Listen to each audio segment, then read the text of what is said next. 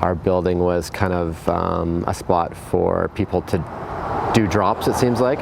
So they would come into the back area and look under the rocks and look for their stash.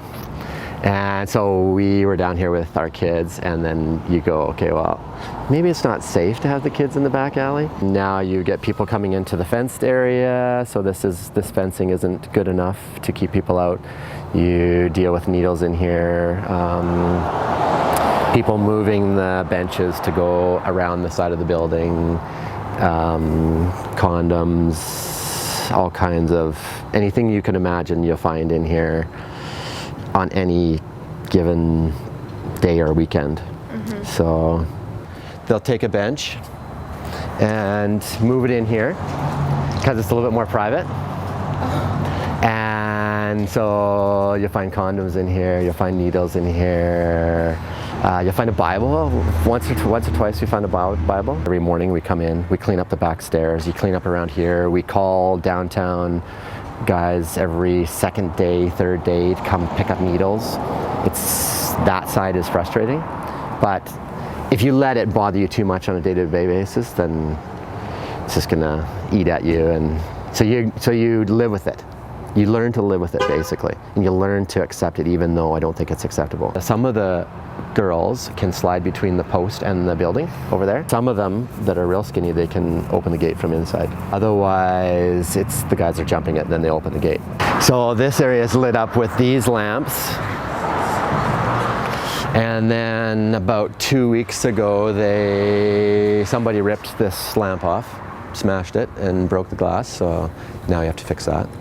So each individual landowner down here, we can spend more money on fencing, but if we do a real good job on our own property, what we've done is just moved it over to the next neighbor. So every single property owner is putting money into security when it's questionable whether that should be needed. In the last 2 weeks, we've cleaned up feces back here. So they decided to take a dump, and so you're here cleaning up that mess. So my staff are doing that. So we're talking about putting a fence around this back area here. We had a light here when we first moved in, up by the top of the door there, and with a sensor on it, like these two. So we have two big spotlights out here with sensors, and that one we just put it up, and within about 2 days they ripped it down. So then you don't put it up anymore. I think the biggest change would be to deal with the people on the street, the homelessness side of it, from here all the way down to City Park. Every day you see it on Lawrence, Leon, City Park. I think it stands in the way of creating a vibrant, clean, safe downtown.